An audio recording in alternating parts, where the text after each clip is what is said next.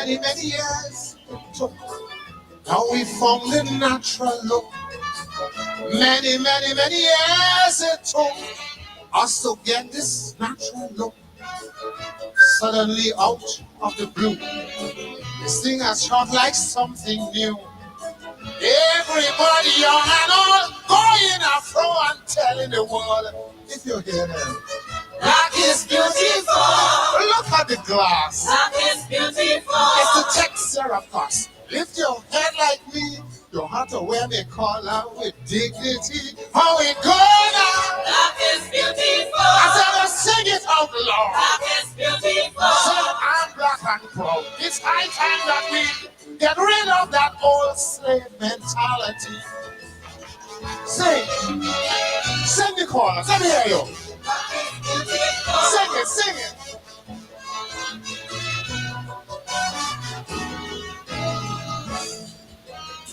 It's quite important, simple though it seems. We have achieved what once was thought a dream. We have been imitating in the past. Now we have found our very own at last. No more hot coke to press the hair, and no more bleach cream to make us clear.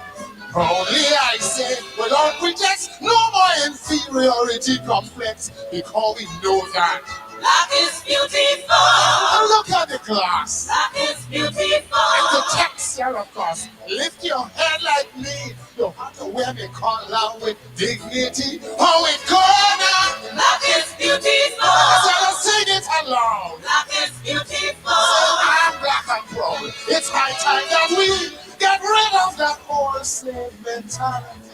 Sing it. Black is beautiful. Everybody sing it, sing it. Black is beautiful. Sing it.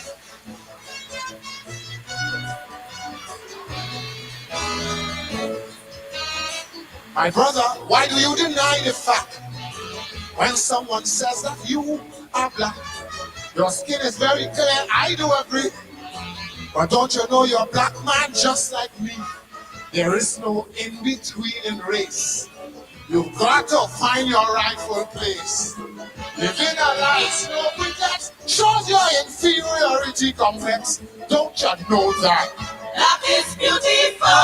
Look at the shine. Black is beautiful. It's yours, it's mine. Lift your head like me. You have to wear the collar with dignity. How it go down? Black is beautiful. I said, sing it out loud. Black is beautiful. So I'm black and proud. It's high time that we get rid of that old slave mentality.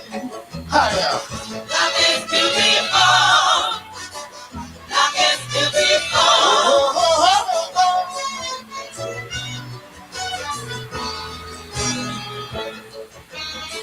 I hope you don't misunderstand me now. I'm not comparing us with anyone. I'm only saying that people that we are should never feel ourselves inferior. The Lord above who made the night and day has given both their equal parts to play. Now if you are on our side, open your mouth and sing it with pride. Let me hear you say, black is beautiful. Sing it out loud. Black is beautiful. Say, I'm black and proud. Lift your head like me. You have to wear me collar with dignity. How it go now? Black is beautiful. I said, sing it aloud. Black is beautiful. So I'm black and proud. It's high time that we get rid of that old slave mentality. Sing it. Black is beautiful. Everybody sing it, sing it. Black is beautiful. Sing it.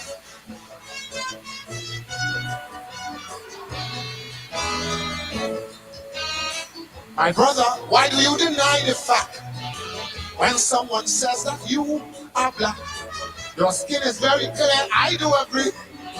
But don't you know you're a black man just like me? There is no in-between in race. You've got to find your rightful place. Living a life no pretext shows your inferiority complex. Don't you know that? Black is beautiful. Look at the shine. Black is beautiful. It's yours, it's mine. Lift your head like me. You have to wear the collar with dignity. How it go down? Black is beautiful. I said, sing it out loud. Black is beautiful. So It's high time that we get rid of that whole slave mentality. Higher. Love is beautiful. Love is beautiful. Oh, oh, oh,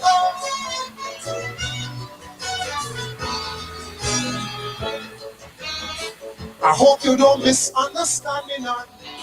I'm not comparing us with anyone. I'm only saying that people that we are should never feel ourselves inferior. The Lord above who made the night and day has given both their equal parts to play. Now if you are on our side, open your mouth and sing it with pride. Let me hear you say, love is beautiful. Sing it out loud. Love is beautiful. Say, I'm black and proud. Lift your head like me. You have to wear me call out with dignity. Oh, it goes now. Love is beautiful. Sing it out loud. Love is beautiful. It's high time that we get rid of that old slave mentality. And let me hear you say, love is beautiful. Look at the glass. Love is beautiful. It's a texture of course. And lift your head like me. You got to wear the collar with dignity. My name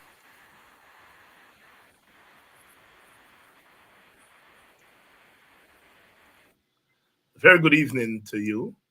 Good night to some of you. Good afternoon to others. Wherever you're joining us from, whatever time of day it is, welcome to Politics 101. The voice and lyrics there of Kelvin Pope, the mighty Duke, the only Calypsonian to have won the Calypso Monarch 4 years in succession. 68, 69, 70, and 71. And he won in 1969 with that calypso, Black is Beautiful, in the height of the Black Power movement, which started in the English-speaking Caribbean in 1968. It's dated to the Rodney riots in Jamaica in 1968 when our own Dr. Walter Rodney was banned from Jamaica because he wanted to teach African history at the University of the West Indies in Mona, Jamaica. They did not allow him to teach Black history there. He went to the street corners and began to teach Black history there. The government panicked. He left, went to Montreal for a Black Writers Conference. And when he came back to Jamaica and attempted to come off the plane, they told him he was persona non grata, banned from Jamaica. News got around the island that Walter Rodney was banned. The students, led by Dr. Dr. Ralph Gonzalez, who was then a student at UWI and president of the student organizations. The late Patrick Manning was also there. They all took to the streets. And when they got to the four corner, they saw a crowd in the other direction. They didn't know what the crowd was about. And they hesitated. As it turned out, the crowd was a crowd of mostly young Black men from the inner city. We now call them the ghettos. And they too said they heard Dr. Rodney was banned from Jamaica and they were marching down to the Prime Minister's office to protest his banning. So here were students from the University of the West Indies and young people, mostly from the ghetto, mostly attached to the Rastafarian movement. And together these two groups marched to the Prime Minister's office. The rest is history. The police opened fire on them, and there was a confrontation, what became known as the Rodney riots. Properties were burned, people died, and thus began officially the Black Power movement in the Caribbean. And that was in October 1968. The mighty Duke is singing this calypso in February of 1969, winning the competition. It was in the height of the Black Power movement. And so, Black is Beautiful, one of the classics of our calypso. Welcome to all of you. Welcome to Politics 101, wherever you're joining us from. I am joining you from Guyana on the East Coast. Welcome. Welcome to all of you, whether you're joining us from Linden, where they're still cleaning up after the disaster, the flood that affected over 300 families, and which the people of Linden and their leaders have placed at the footstep of the government. Neglect, neglect, neglect. Good evening to all of you. Good evening to all of you. We come to you this evening with the teachers' strike still on, still on. There is no movement in that direction. And it's as if we have forgotten about the teachers' strike because they are not on the street, but the teachers' strike is still on. Kidaki Amsterdam has been home now for 4 or 5 days, and we are dealing with the morning after. The morning after. Good evening to you. One of the things, one of the consequences of Kidaki's arrest and charge is we are now in the middle of a debate on the use of the term Negro. Hence, our program tonight is Negro Must Go. If you notice, the Mighty Duke is singing in 1969. He's not saying Negro is beautiful. He's saying Black is beautiful. He's not saying Negro is beautiful. He's saying Black is beautiful. And we want to talk tonight about this thing, this use of the word Negro in official circles in Guyana. Good evening again to all of you. Good evening. In politics, in struggle, there are what are called unintended consequences. When the government instructed the police to pick up Kidaki Amsterdam last Tuesday, a week ago, when they instructed the police to pick him up, they knew nothing about what would happen after, what would happen. Nobody could predict that Kidaki would be arrested on Tuesday, the 28th of March, 2024. And nobody could have predicted what would happen after then. Some commentators, they're disappointed that Kidaki was arrested and people were not on the streets. That was one expectation. But I am arguing human beings are not robots. You don't say to them, come on the streets, and they come on the streets. You don't say do this and they do that. Human beings are not robots. Every action has a reaction. Some reactions are predictable. Some are not predictable. When the government made the decision and they gave the go-ahead to arrest Kidaki Amsterdam, if you told them they were opening up a new front of contestation and struggle with the African Guyanese community, they would have told you go to hell. Here we are, Kidaki was arrested, and the government has to confront the disturbing presence of the African community in Guyana on what you call them officially. So let's talk. There are some things I want to say about this issue of us being called Negro and why it's still on the book, still on the books. We have to understand how the laws work. I want to start with a story. In 1983,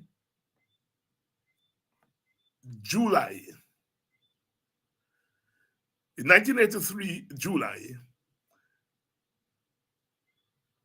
there were shortages, food shortages in Guyana. Those of us who lived through that period.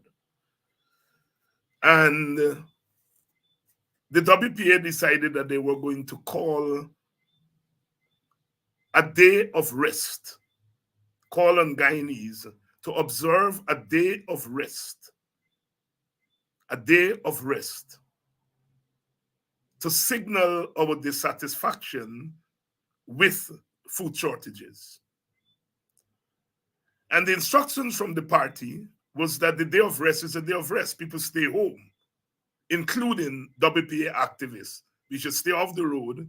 We should stay home. And it was quite a day, because what happened is that the minibus drivers pulled their minibuses off the road. So even if people wanted to go to work, they didn't have minibuses to go to work. But in any case, most people decided on that day they were not going to work. Guyana became a ghost town on that day. Became a ghost town. Well, Buxton, the Buxtonians came knocking at our door early in the morning. My brother George and I lived together, and they came knocking at the door, and they said they want to march. They're not staying home. They're observing the day of rest, but they're not staying indoors. Well, we didn't want to make the decision, so we went to Brother UC, and we said, Brother UC, people are saying to us here, look, they're on the road, and they're ready. They say they want to march. Brother UC said, okay. And so we decided that we were going to march. And the Buxtonians came out in those days. It didn't take much. Came out, and we began to march through the village. And we got to one of the schools, the community high school, and the young people decided that they wanted to go into the school and ask the young people to come out and join the march, the children, the students. And when they got to the gates were locked. The administrators locked the gates because she anticipated that people may want to do exactly that what the crowd wanted. So she locked the gate. You see, the boys and girls jumped over the gate. Somewhere the other they got the gate opened. And I went upstairs to talk to the older students and to ask them to join the march. Some of the young people went downstairs, and in those days there was school garden, and they just picked reaped some of the crops that morning. I think they'd reaped tomato, and I don't know what happened. The young people went down there.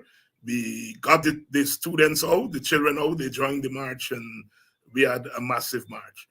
About a week later, the police showed up at my house with a warrant, say that they came for my arrest. And I asked what for, and they said, I am being charged with damaging a tomato. As it turned out, I don't know if the young people, when they went downstairs, they may have stepped on mistakenly on a tomato or two. But the police decided that was the charge. They were going to charge me as what they call the leader of the march with damaging a tomato. I went to court, and in those days we represented ourselves. Brother Guyana would have some legal classes with us, and he would teach us the law and teach us how to defend ourselves. We didn't bother the lawyers with what we call small cases. And when I turned up before the magistrate, her name was Miss Chinta, an Indian national. She was aghast, and she went berserk. She asked the police, what charge is this? Damaging a tomato? As it turned out, it was a charge that was there since the time of slavery. You know, the enslaved people used to sometimes damage the crop as a form of protest. And those laws remained, and I think they're still in our books. And so they charged me with a slave law. The magistrate went crazy, and she dismissed the case. But before she dismissed the case, threw the case out, She gave a tongue lashing to the police and said, you all should be ashamed in 1983 to bring a charge against somebody with a slave law. So I was set free immediately before anything. I give that story to say that on our books, there are still laws from the colonial period. The police don't necessarily go there. They don't necessarily charge you with those laws, but a lot of those laws are there. They're there on the books. So I wanted to start tonight's conversation by telling you that story, to say that there are arcane laws, laws from slavery and colonialism that are still on our books. I want you to understand that. Now, last Tuesday when Kidaki was arrested, Dion Abrams, myself, Nigel Hughes and his lawyer, the four of us were there at CID when they were moving him. As they came out, they confronted, they met us. Nigel spoke to the police, the investigators, as they call themselves, and they said that I had instructions to take him over to Ramfeld police station. We got there, and they were about to book him. As they were about to book him, they had to read to him information, and they said, Kidaki Amsterdam, a Negro male. And Nigel Hughes, very quietly, in his measured way, he said, he's not a Negro, and he's not going to respond to that term Negro. And there was confusion in the room. There were about 8 policemen and women standing around, and they all looked confused. They had this blank look on their faces. And Nigel insisted that Kidaki would not respond to the term Negro. And I think they took out the term Negro and they put African American, African Guyanese. And that is what happened. No big fuss, no big quarrel. It is what C.L.R. James called the fusion of time, place, and person. We had Nigel Hughes, probably the top lawyer in Guyana. We had Kidaki Amsterdam, a well-known political activist. 2 persons. And we had this moment where the government is declaring war on social media activists. The moment, the time, and the place is the police station. The police station is a representative of the state of Guyana. So this is a setting. A top lawyer, a well-known top political activist, and the state in the building of a state. And it is that fusion of time, place, and person. It happened that Jonathan Jackson, a congressman, a black congressman from America, the son of a famous civil rights activist, is visiting Guyana at the same time. The time is the visit of Jonathan Jackson. The place is in this police station, which is one of the seats of the state. And the person is Kidaki Amsterdam and his lawyer. And it is that fusion of time, place, and person that took something that looked benign, the use of the word Negro. I knew, all of us knew that the police used Negro. All of us knew that. I've heard that so many times. I have heard young people sometimes get confused. They don't want to say black. They're not too sure. They don't want to use the other N word. So they use the word, it was a Negro man. And in their heads, nothing is wrong with that. I knew that. And I'm sure Nigel knew that. But here was this perfect moment, the time, the place, and the person. Maybe if it were not Kidaki Amsterdam, if it was what we call in Guyana an ordinary citizen, meaning a citizen who's not well known, that it may have passed. And there's so many not well-known citizens who were booked as Negroes. And it passed. But the way human beings operate, the way politics operate, is that things happen in the twinkling of an eye. Things happen like a thief in the night, out of the blues. And as C.L.R. James theorizes about the fusion of the time, the place, and the person. And then he has another element. He said, the person has to have the capacity to absorb the energies. And Kidaki Amsterdam is an activist. Nigel Hughes is a top lawyer and a fighter for human rights. And so they were able to absorb the moment. I was looking on, I was there. That is what happened. Immediately, the state responded via the Attorney General. And you all know what he said. This thing has been used for 180 years. Why is Nigel Hughes raising it now? Well, I pardon Mr. Nandlal. He's a good lawyer. He's obviously a good lawyer, but he's not a scholar. He's not an intellectual. So he has not read C.L.R. James. He doesn't understand philosophy. He doesn't understand political philosophy. So he doesn't know about the fusion of time, place, and person. Something that did not happen in 180 years can happen just like this. Brother Nandlal is not an intellectual. He's bright, I am sure he is. He's a good lawyer.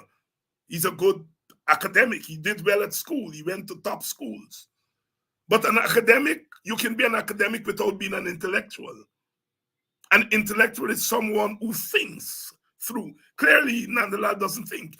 You know, he chats. Blah, blah, blah, blah, blah, blah. He mouth to run like if he got wear bib. Teacher George said, but if Teacher George was alive and he hear Nandlal, he would say, oh God, boy, are you going to put on bib on him? He mouth to run. He mouth to run. He runs off of his mouth. He doesn't use this.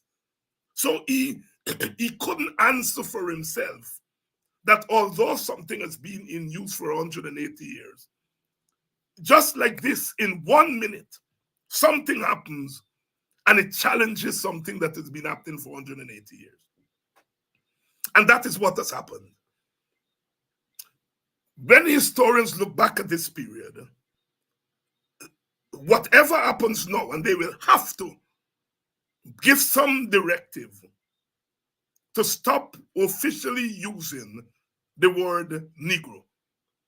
And Kidaki's name, the name Kidaki Amsterdam would be attached to it. Because it was the Kidaki Amsterdam moment that brought this thing into the forefront. And so there weren't riots on the streets. There was a riot against the use of the word Negro. And Black people, African people, will be forever indebted to Kidaki Amsterdam and his lawyer Nigel Hughes for what happens with the use of this term Negro. Poor Nandlal, as I said, cannot understand that. He's not a thoughtful fellow. He's bright, you know, he got to school, he read good books, he read law books, he's a competent lawyer, he has to be. I don't doubt that. He's not an intellectual. And there's some matters that need intellectual engagement. Nandlal does not even pretend to be an intellectual. As I said last night on another program, when Mr. Jack Dio or whatever, you know, he is, said that we in the WP are living off of Walter Rodney. And I said, I am very sure that Jack Dio has never read one paragraph of what Walter Rodney had written. I am certain of that. He's not an intellectual. He's not what we in the village would call a bright person. You know, he would say he's a schoolboy, but not a bright person. These are not bright people in the sense that these are not people who think about politics. Because if you think about politics, if you think about development, you would not take the kind of actions that they're taking.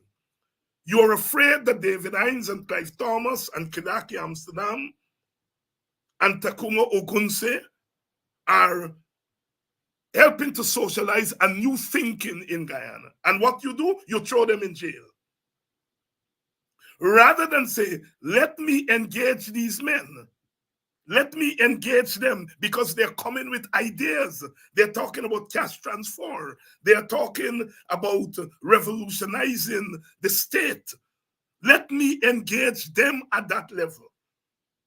But clearly, Nandlal and Jack Dio and them, that's not their interest. They govern through fear and intimidation rather than engaging citizens who are thinking these things through.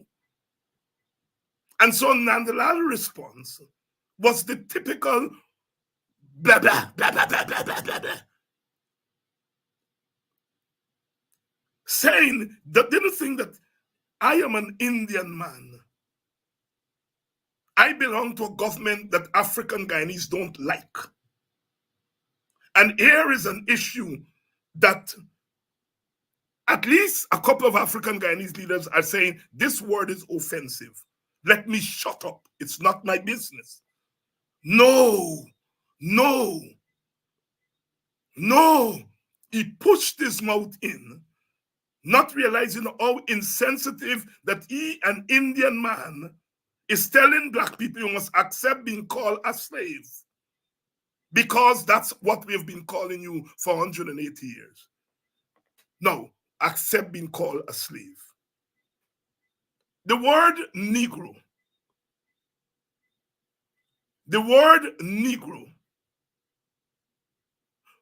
came into being when slavery came into being. When slavery came into being, chattel slavery started in the mid-1700s in the United States of America.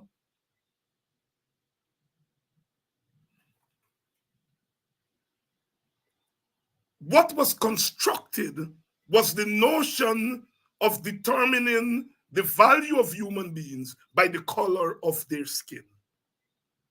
So dark-skinned people became Black. Fair-skinned people became white. The other ethnic groups weren't involved at that time. The world was on slavery, Black people being enslaved, white people, the enslavers, the color of the skin. What became later known as the color code. So it started with Black and white. The European term, the Portuguese and Spanish term for Black was Negro. And that's where the term comes from. The term Negro comes from Black. And Negro was then bastardized and it became nigger. And so nigger became the low class Black people name. And Negro was preserved for the few Black people who were able to free themselves and became what you call free people. As they became free people, they're no longer niggers, they are Negroes. So Negro was accepted by Black people as a preferable term to nigger. And so we embrace the term Negro. We can trace the word Negro to Negroid. When the world was divided into races, Caucasoid, white people, Mongoloid, yellow people, red people, Negroid, Black people. So the term was used. By the time we got into the late 19th century, early 20th century, as African people are coming out of enslavement, they're using the term Negro as a preferable term to the term nigger.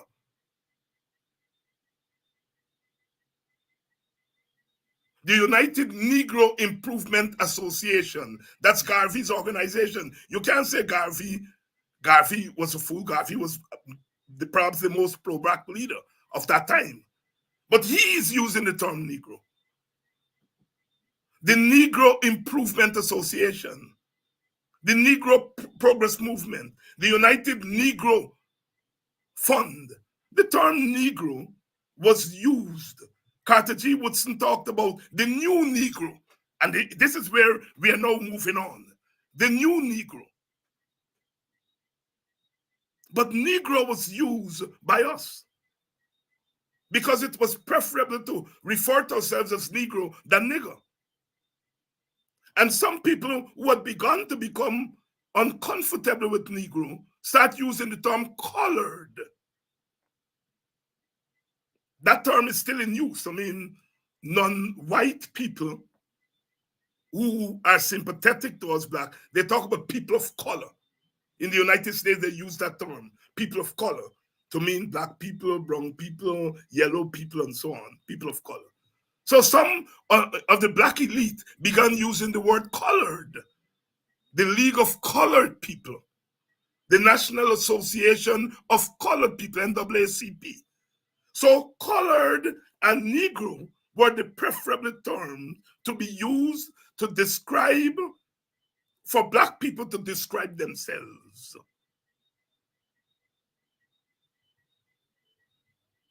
By the time we get to the mid-20th century, we are moving now from the use of the term Negro and colored to the term African, Afro. We start saying Afro. We're not even to African yet. We start talking about Afro-Americans. Now, I want to point out something about Guyana. Professor David, who came here, he wrote a book on race and politics in Guyana. I think he published it in the early 1960s. And he said he was stunned when he came to Guyana and the black people here were not using the term Negro. They weren't using the term colored. They were using the term African. He said he was shocked, and this is the 1950s, that Guyana, the blacks in Guyana had moved beyond Negro and colored. They were using African. He went to Blackbush Polo, and the black community they call Zambia. And the people at Zambia were calling themselves Africans. He went to Buxton, and they were calling themselves Africans. He reported this in his research, that by the 1950s, black Guyanese had stopped using the word Negro and colored. Iusi Guyana and H.H. Nicholson formed an organization called the African Society for Racial Equality in 1961. Not the Negro Association, the African Association. By that time, the LCP had declined, and we had moved now to ASRI. And ASRI is called African Society, not Negro Society, not Colored Society. In 1964, Guyana forms ASCRIA, the African Society for Cultural Relations with Independent Africa. A Fijian scholar came to study race in Guyana. And he said, what amazing about ASCRIA was Africa is named twice. The word Africa appeared twice in the name. African Society for Cultural Relations with Independent Africa. He's echoing Professor David to say Guyanese by the 1950s had moved on from Negro and colored. We are calling ourselves Africans. We are naming our organization Africans. By the late 1960s, with what Guyana launched, the Cultural Revolution, one of perhaps the only place in the African diaspora, in the so-called Americas and the New World, we are leading the rest of the diaspora in giving our children African names. Kwame and Kofi Guyana leads the way in 1964 when he changed his name from Sidney King to Eusi Guyana, which in Swahili means Black Man of Guyana. And that opened the way for our children to begin to take African names. Some of the brothers and sisters changed their names. Some, as when their children were born, they got names. Professor Kimani Nehusi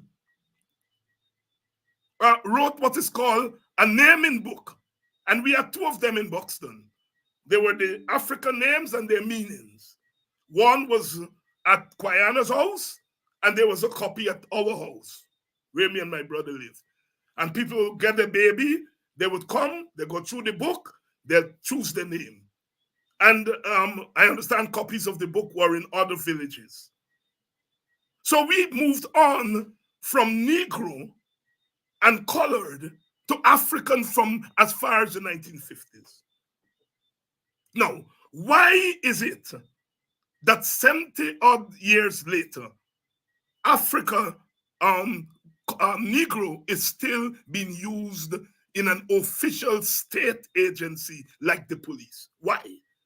When we have moved on from its usage, we move from Negro and colored, we move to Afro and African, and the Black Power movement, we throw in black. And by the time we get to the 1980s, it's full African Guyanese. So Afro Guyanese, Black, and eventually African Guyanese. Black is a political term because black is a derivative of what we call the color code, because slavery started with black and white. And now, where do you fit in Asians? Asians from India and Pakistan and so forth. You have to fit them on the color line. So we began to call them brown people. Where do you fit in Japanese and Chinese? So we began to call them yellow people. Where do you fit in our native Indians? And we call them red people. So you now have the color code. So black is a political term, whereas African and Afro and Negro are cultural terms. So when one says one is an African Guyanese, we are talking about our cultural heritage as African people coming from the African continent. When we say black, we are turning slavery, a slave connotation, we are turning it on its head. We have always done that. They say black means ugly. I saw some of you are saying that black is beautiful. And we say, well, if you're saying black is ugly, you're using our color to say we are ugly. Walter Rodney says we are going to use our color to assert our humanity. So we say black is beautiful. So that's why we still call ourselves black. Black was used derogatorily during slavery. And as we always do, we take the derogative and we turn it into the positive. So when the young people today say, what's up, my nigger? They don't nigger for them. They're not using nigger in the slave way, in the derogatory way. They're using nigger as a form of endearment. Endearment. When I was a boy, the worst curse you could get is when I call you, you're a nigger man, which means you're good for nothing. Those people back then understood these terms.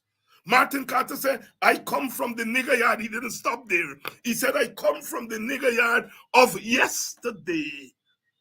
And to the world of tomorrow, I turn with my strength. So I ain't taking nigger into the world of tomorrow. I come from the nigger yard of yesterday, leaping from my oppressor's hate and the scorn of myself. I want to recite. I ain't reading. As you all know, I know Martin Carter, left, right, and center. I come from the nigger yard of yesterday, leaping from the oppressor's hate and the scorn of myself. And to the world of tomorrow, I turn with my strength. So Carter references the nigger yard to throw out the nigger yard, leaping from the oppressor's hate and the scorn of myself. I turn to the world of tomorrow with my strength. I turn to the world of tomorrow as an African, not a nigger. Why did the term Negro remain? And we must ask the question, why did the C word that is used derogatively against Indians, why the police don't refer to our East Indian brothers and sisters or Indo-Guyanese brothers and sisters? Why don't we refer to them by the C word? Why doesn't the police refer to them by the C word? Why doesn't the police refer to Amerindians by the B word?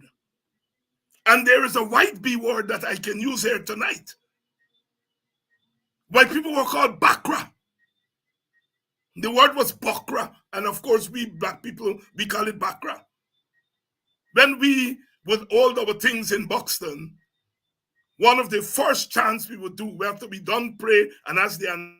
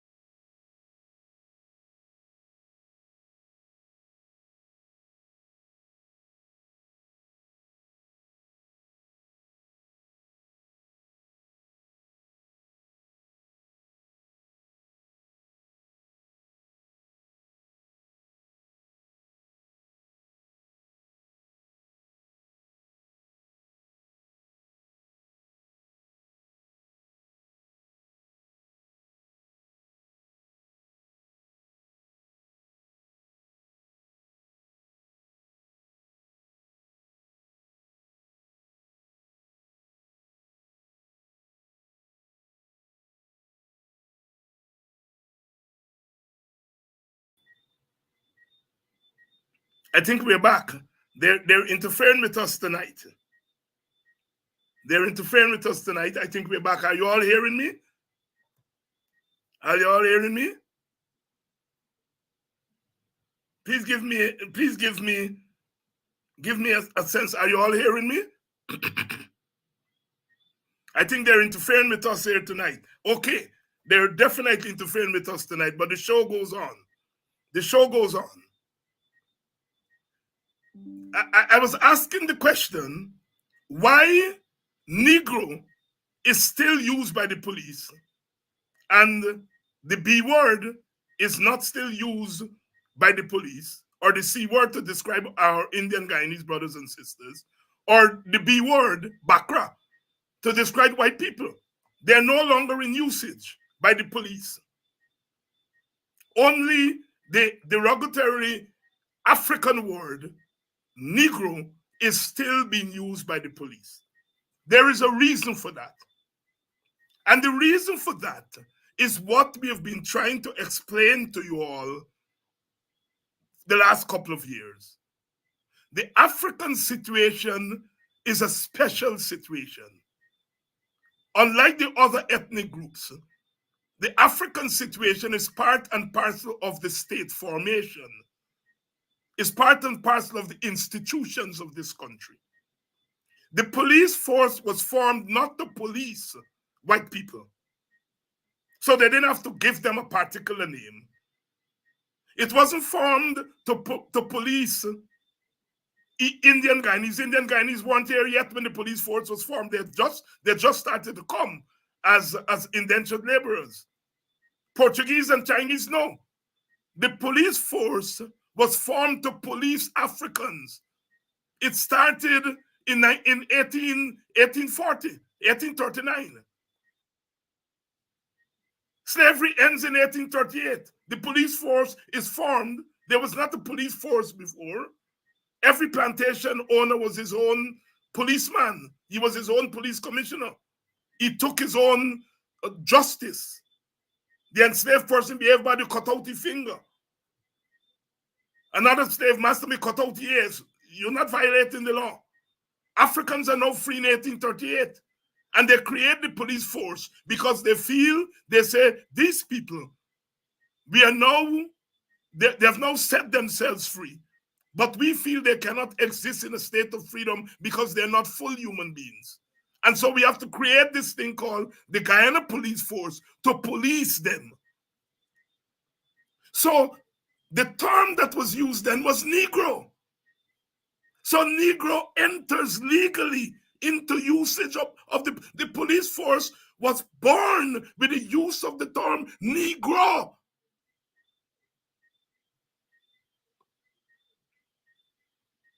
It meant, therefore, that as we are coming into independence, the government at independence time should have, either through an act of parliament or through a decree by the head of state, say that the term Negro should no longer be used in official circles.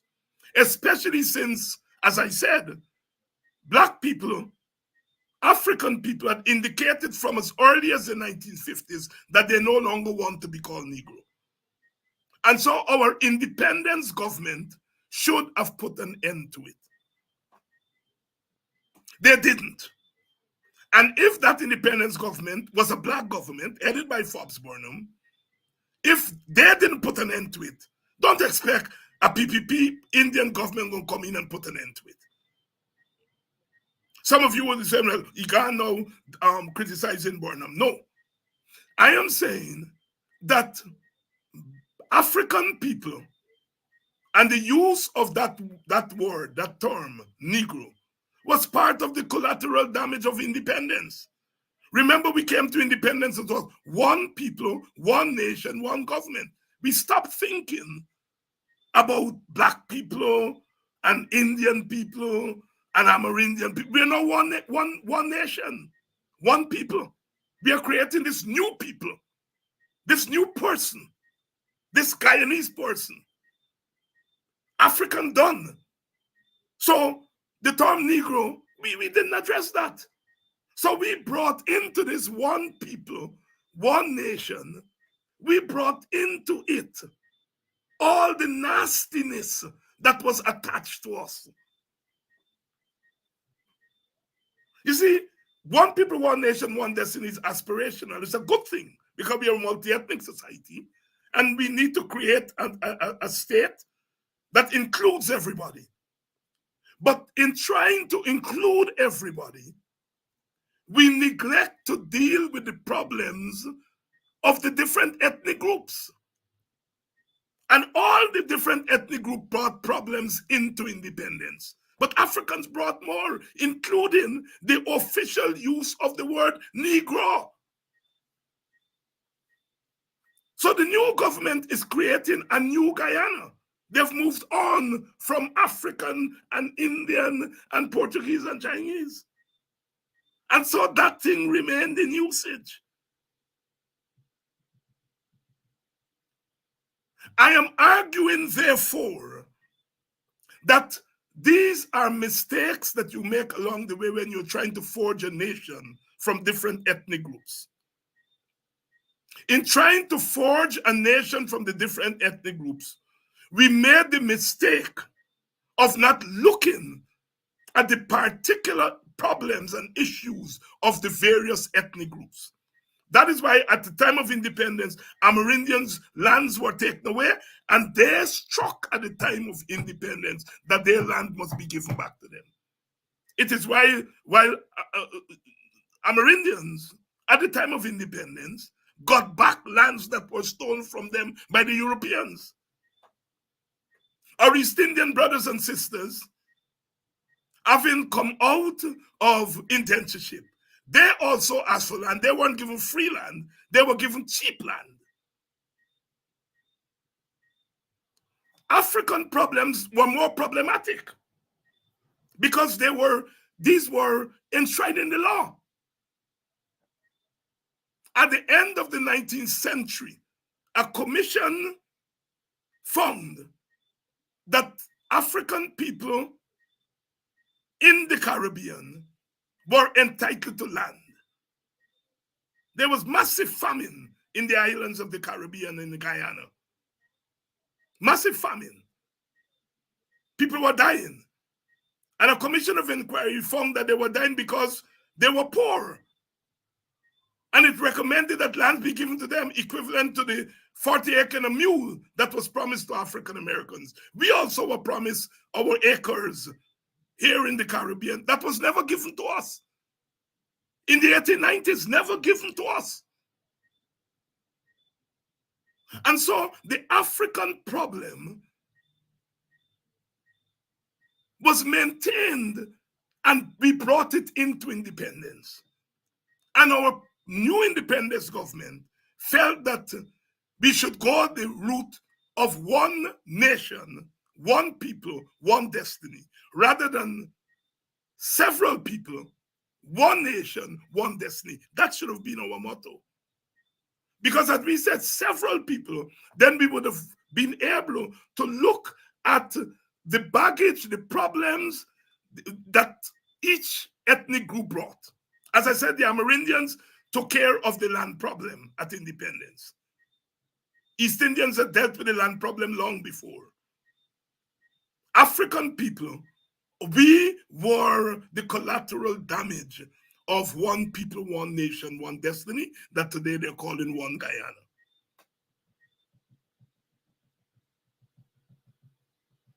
So we moved on.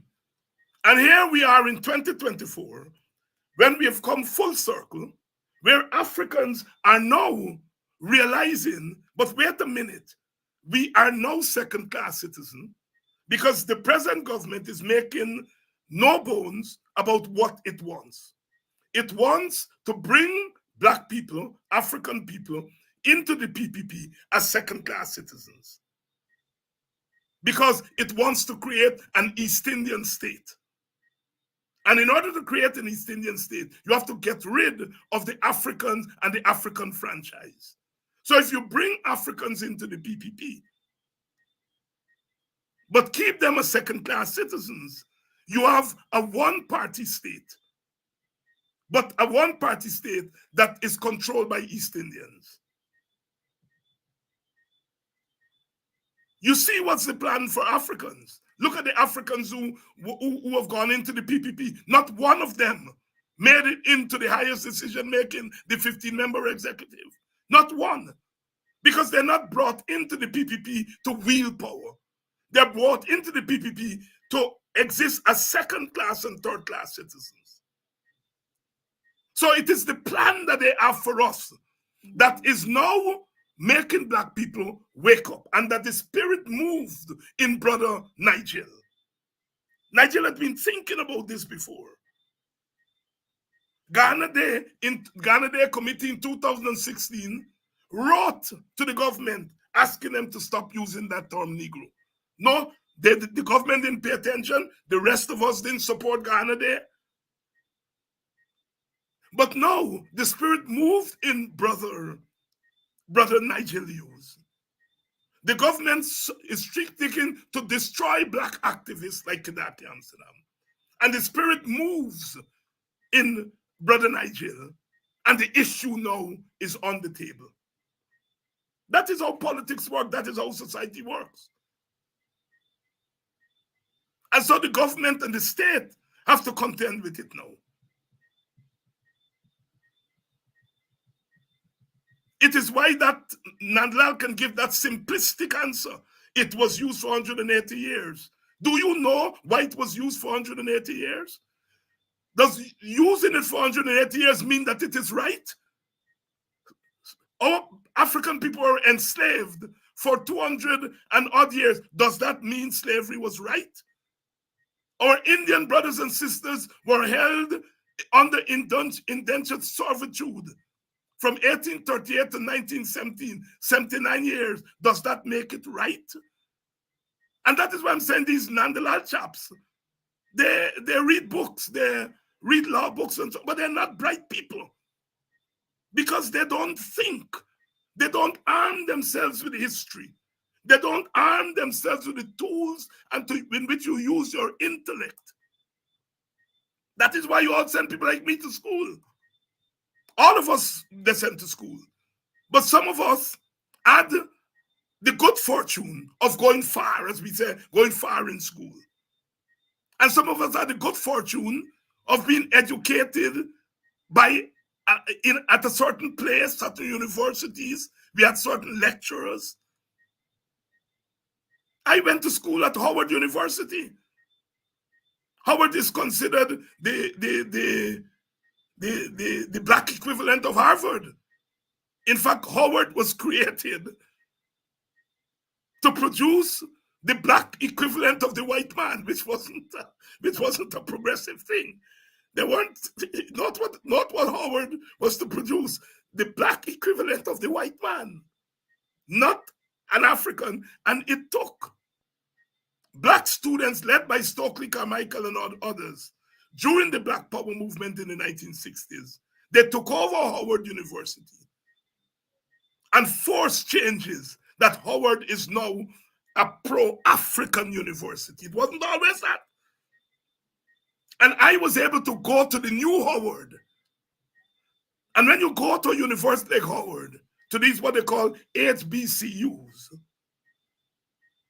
whether you're doing history, psychology, science, whatever you're doing it through a black lens. Your professors are teaching you through the black lens.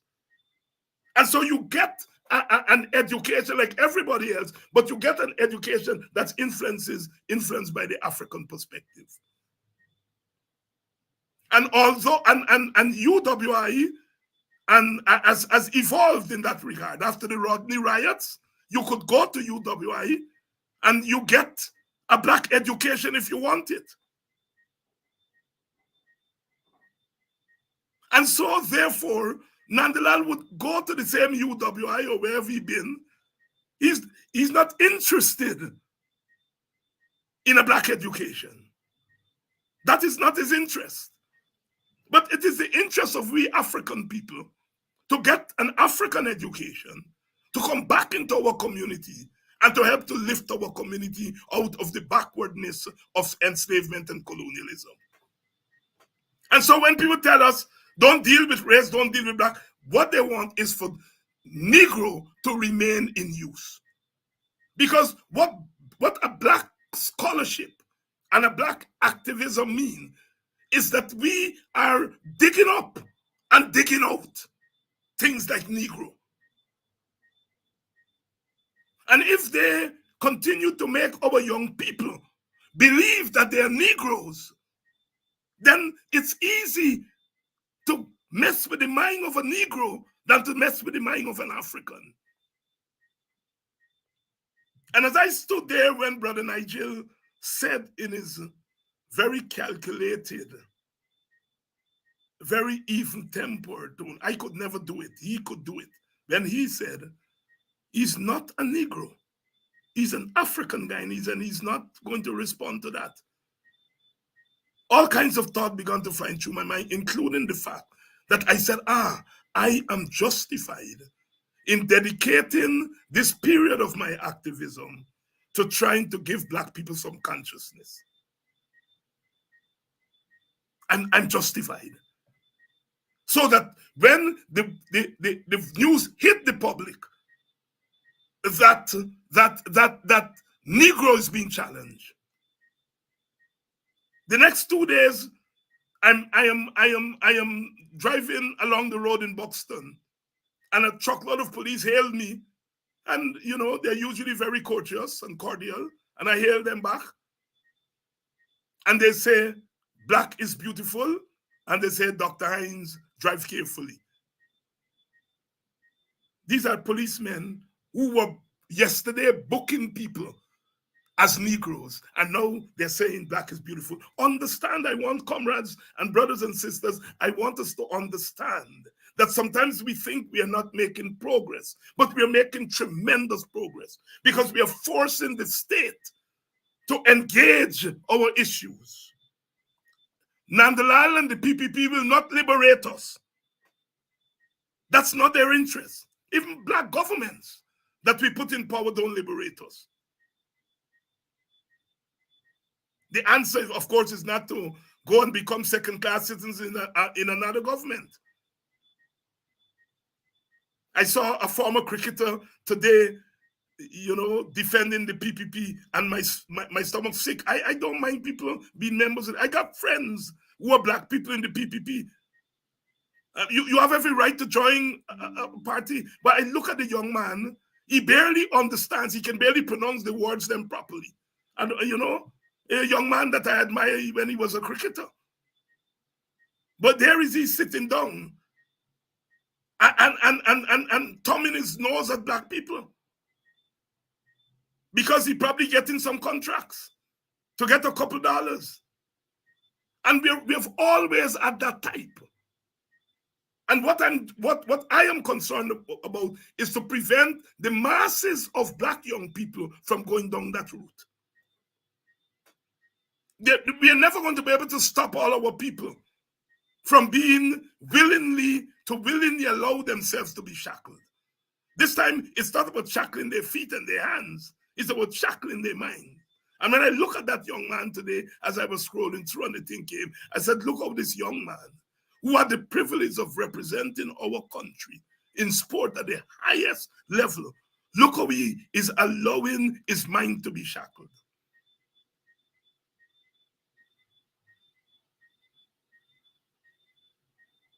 And our task is to prevent the majority of our people from willingly allowing themselves, their minds to be shackled. So here we are. The term Negro must go.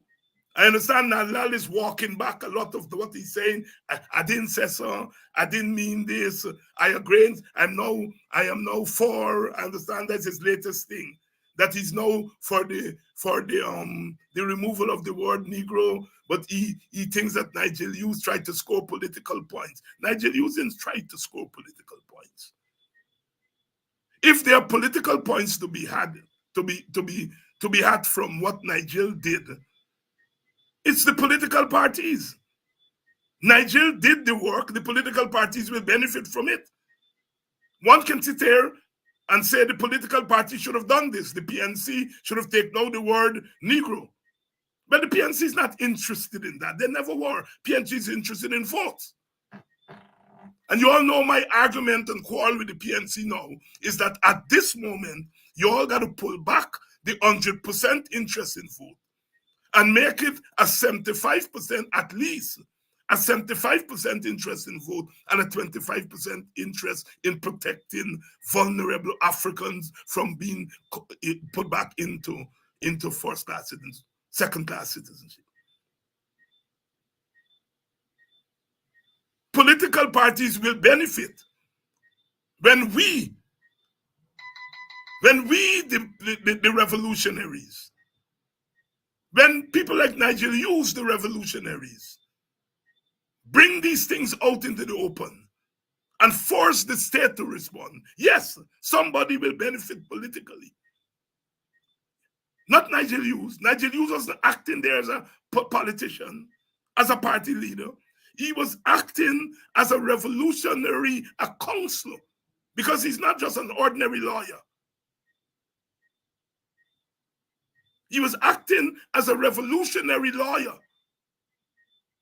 representing a revolutionary and asking for revolutionary change as it relates to talking about and describing African people in Guyana.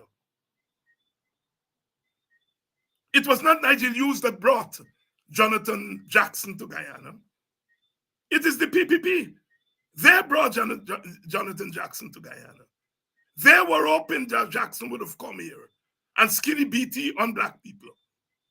They were hoping that they would have put PPP eyes in his head and take out his African eyes. Because of the contempt they have for us African people. That they are able to buy a few Africans in Guyana, they feel they could have bought Jonathan Jackson. And Jonathan Jackson said, oh no, oh no. I'm here and I got family here. I'm here and I have family here. And somebody wrote that stupid letter saying he must look after what's happening in Chicago and all that nonsense. The charter of the Black Caucus says that the Black Caucus must witness for African people throughout the world. When we met last year with Brother Hakeem Jeffries, I reminded him of that. Those of you who were there would remind me saying that the charter of the Black Caucus, I teach the charter of the Black Caucus. So that's something that I think, this is a thing that I teach. One of my majors, my PhD majors, was black politics, as it was called at that time. I think they know how they've changed it to African American politics. But at that time, it was black politics. It was my major. Black politics, international relations, and comparative politics. So these are things that I don't guess about. These are things that I teach. I study. The Black Caucus Charter. The Black Caucus Charter empowers the Black Caucus members to witness for black people all over the world. That is why the Black Caucus was heavily involved in the anti-apartheid movement. They were heavily involved in this situation, are still heavily involved in what's happening in Haiti. And we have sounded the bell that in Guyana, you could have another Haiti and another South Africa on your hands. We are saying this to our brothers and sisters, our family. We are saying it to our family. And so they brought that young man here believing they could put what in the eye, spit in the eye. And he turned on them and embraced his family. He embraced his family. That is where the concept of Pan-Africanism comes from. Pan-Africanism assumes that we are one nation, black nationalism. We are one nation in different nation states. We have a similar heritage and we have a similar experience of enslavement. Hence, we are Pan-Africanists. Hence, we are family. And what the PPP has been trying to do is to try to tell some of you all, forget about black people. David Hinds don't speak for you. They want to tell you who must speak for you. I will dare not tell Indian people that Jack Dio mustn't speak for them. I would prefer somebody else if I were an Indian. But if Indians choose Jack Dio, I have to respect that. And Jack Dio does speak for Indians. He may not speak for 100% Indians, but he does speak for enough Indians to be an Indian leader. And I will never tell Indians or tell Jack, you don't speak for Indians. Why the hell are you telling me who I will speak? And David Hinds work for the government, and not for one moment he ever tell the government to do anything for black people. Damn liar. I don't want to get going on him. I give him a tongue lashing already last week, and that's enough to last for a year. Well, he know damn well that whether it's PPP, PNC, coalition, or who, I don't play with the dignity of black people. He knows that. He knows that. And so here we are, brothers and sisters. This Negro thing gotta go. It gotta go. And I'm prepared to join people on the streets to demand if they only decide to balk on this issue. A few years ago, we said we wanted the 1823 monument at Parade Ground. They put up on this wall. Joke in a way. This time, we are saying Negro gotta go. And if it doesn't go, I am prepared to be part of a mass movement that take to the streets of this country and don't come off until it goes. I don't have to wait on the PNC to do that now. This is a matter that we black people and our organizations need to get up and get. And it is good to see last night there was a discussion, and it was good to see people like the president of the TUC on that program, because I think people like those need to speak up for blackness. Yes, you're a trade union, but you're a black man. And it was good that they didn't have people like myself and so on who normally speak up, but bring out other issues, other people, so that they can confront this issue. And then later on, Brother Rickford Burke had his program. He had Nigel Hughes, Brother Slow, and myself on. But you know, in this program, you never get a chance to say everything. And I wanted last night to give the history of the word Negro, what I did tonight, and to say why it has slipped under the radar. It has slipped under the radar because we are trying to build this new nation. And we made an error in believing we could build a new Guyana, one Guyana, and ignore the different ethnicities. If Burnham had said, take Negro off, they would lynch him. So I understand why he didn't pay too much of attention to that. I understand. I'm not castigating Burnham. But Burnham's grandsons and daughters now in the PNC have to realize that this time they have to pay attention to race. And I know they have their Congress now, and they are singing the la la la la la and so on, and you know, the chop, you know, and so on. And once they finish their Congress, I'm going to be on their case. If you want to talk about East Indian problems, talk about the problems of sugar, talk about the problems of rice, because Indians are in those industries. Talk about the problems, if there are any, in the business sector. East Indians are there. If you want to talk about Portuguese problem, talk to Portuguese about business. They're there. If you want to talk about Amerindian problems, talk about the problems Amerindians face in the hinterland. The challenge of living in the hinterland away from the coast. Where we coastlanders go in and take advantage of the people, your children. You all know the story, it's all over the news. Those are the issues. All young girls are at the mercy of politicians. As you can notice with the other young girl who is East Indian, who came out against the minister alleging that he raped her. But Amerindians suffer more in that regard than other groups. Talk about those issues when you want to talk about Amerindian issues. Talk about the way Amerindians are being thrown around, their money that is coming from carbon credit that's not given to them. Black people don't get carbon credit money. So that's not our issue. When you come to talk about black people issue, you have to talk about wages and salaries by the government, because our people are public servants. You have to talk about the state of our village economy, because our village economy has been decimated. You have to talk about the renewal of agriculture in the African Guyanese community because it's been decimated. You have to talk about the social challenges that we have, like being called Negro. East Indians are not called by the police by the C word. Amerindians are not called by the B word. And that is why I'm saying my brothers and sisters in the PNC have to get bright and can't talk about all of us in one swoop, because you end up talking about none of us. You go to each group and each group has its peculiar problem. We have the problem of being called a Negro. That's not an Amerindian problem. Nobody call Amerindian by the B word. The police don't. In official circles, when they're booking, not Mr. Joseph Pereira, a B Guyanese, you don't hear that.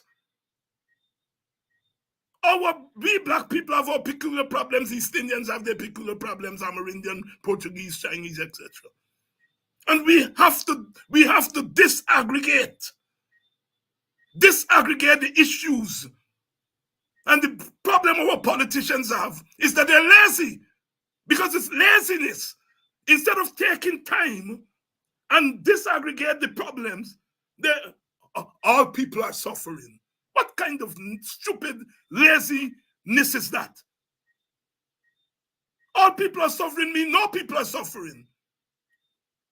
Because you're not able to talk about the sacrifice, the suffering of each group, and how this government treats each group. Indian boys, you all have the story there online. The Indian boy cussing black people blue. Tell you go poison them, you gonna this. Do you see the police going after him with cybercrime? No. No. African, look at the cybercrime they've gone after us with. Every time you open your mouth and you say all people are suffering, no. The cybercrime law is used disproportionately against black people, and we have to repeal that law. And I am not talking with water in my mouth. It's the coalition government who enact that law. And we have to tell our leaders when they're wrong, so that when we put power in their hand another time, they don't do stupidness with it. It is the coalition government said it was wrong, that put that law into effect. And it is a colossal mistake, because it's used now against their own people. But I'm not fighting them. I'm fighting those who are using the law. No. I just need them to know that David Hinds is not a damn fool, that I'm going to talk as if some of the other, I can't say it's the coalition. Yes, the coalition put the law in effect. And they were wrong to do it. They were stupid to do it. And they ought not to do things like that again when they have power. They must, when they're enacting laws, your first line of defense is to defend the people who are vulnerable, especially those who help to put you in power. Don't put laws in effect that will put them in harm's way of you doing now. Under the cybercrime law, you call a man a jackass, he can come after you. But the important thing is that it is this government that is using it in the most terrible way. The coalition put it in effect, but the coalition didn't use it in the way the PPP is using it now. And so I must put my attention and my energies on the PPP, because they are the ones who are using it that way. So sisters and brothers, I hope you all get the full picture now. And now it is our marching orders. Be prepared to come onto the road if this government does not stop the usage of Negro in official circles. It must stop. Or if it's not stopped, I am prepared to join others who take us on the road to demand this.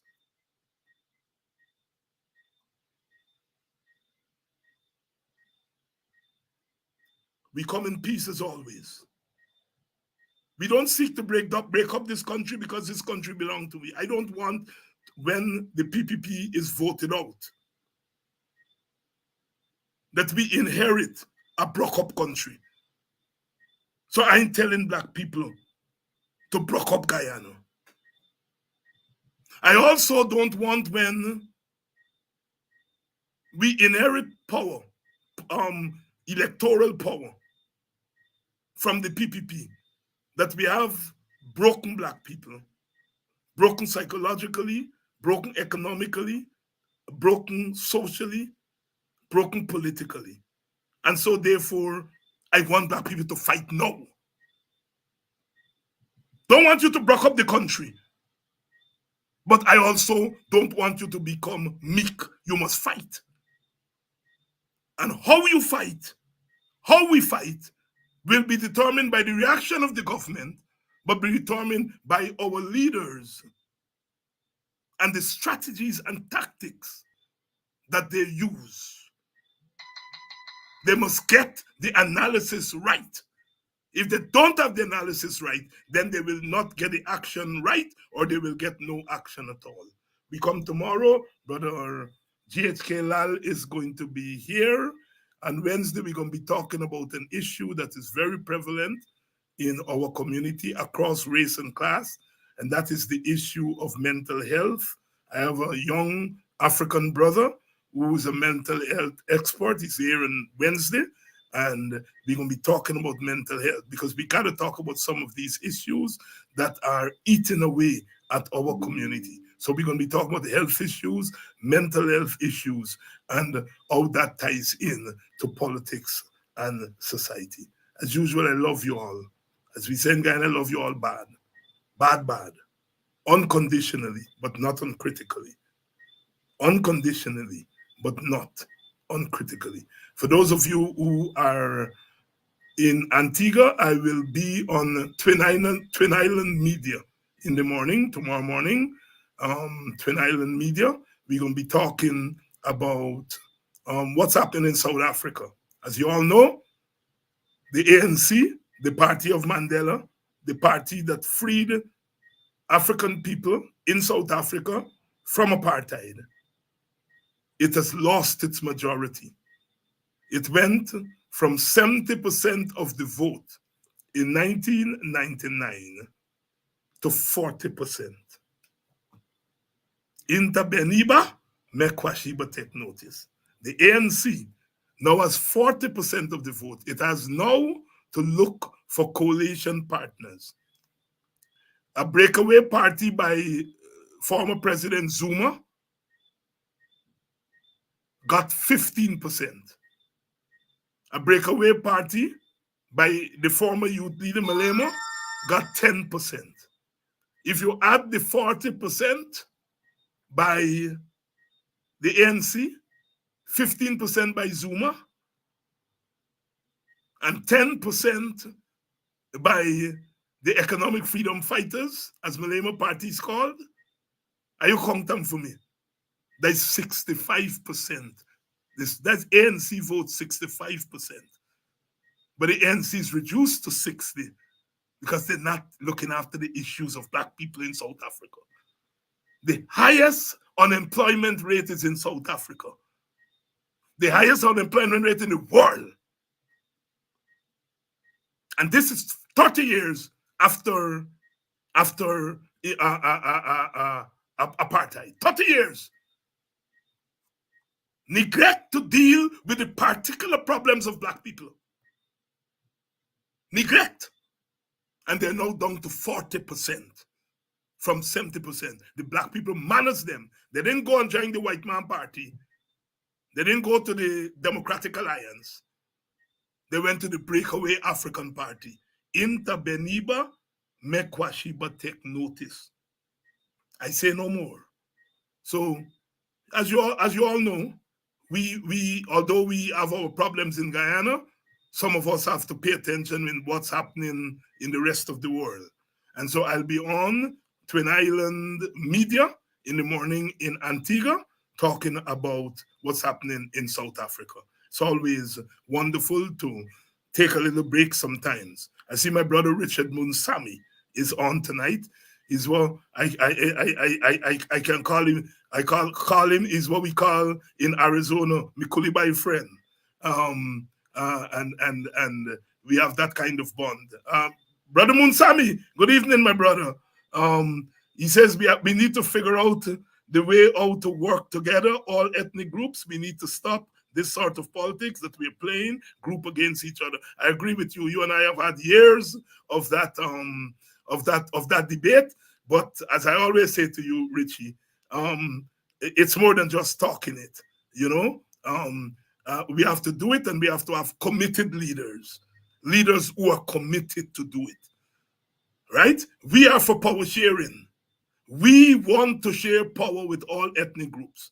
Jack Dio said the PPP is not prepared to share power. What he means is that as leader of Indian people ought not to share power with African people. I can't change Jack Dio. Is you all East Indian people of reason and courage who have to get Jack Dio to come off that high horse. African leaders, almost all of us, have embraced the notion of a power-sharing national government. The hold-up is and the PPP. So it's good to see you, Brother Richie. I know you called me a couple of times, but you know when you buy there in Guyana, I get busy. But I'll touch base with you shortly. Keep the fire burning in Arizona while I'm gone. Because if I come back and things go wrong, it's you are coming for. Richard Munsami, my good friend from Arizona, on here tonight. Thank you all so much. And those of you who've contributed to the Kedaki Defense Fund, my goodness, I still have some people to thank who have sent in their donations since Friday. And I forgot. Tomorrow, those of you who I have forgotten to thank, I will do so tomorrow.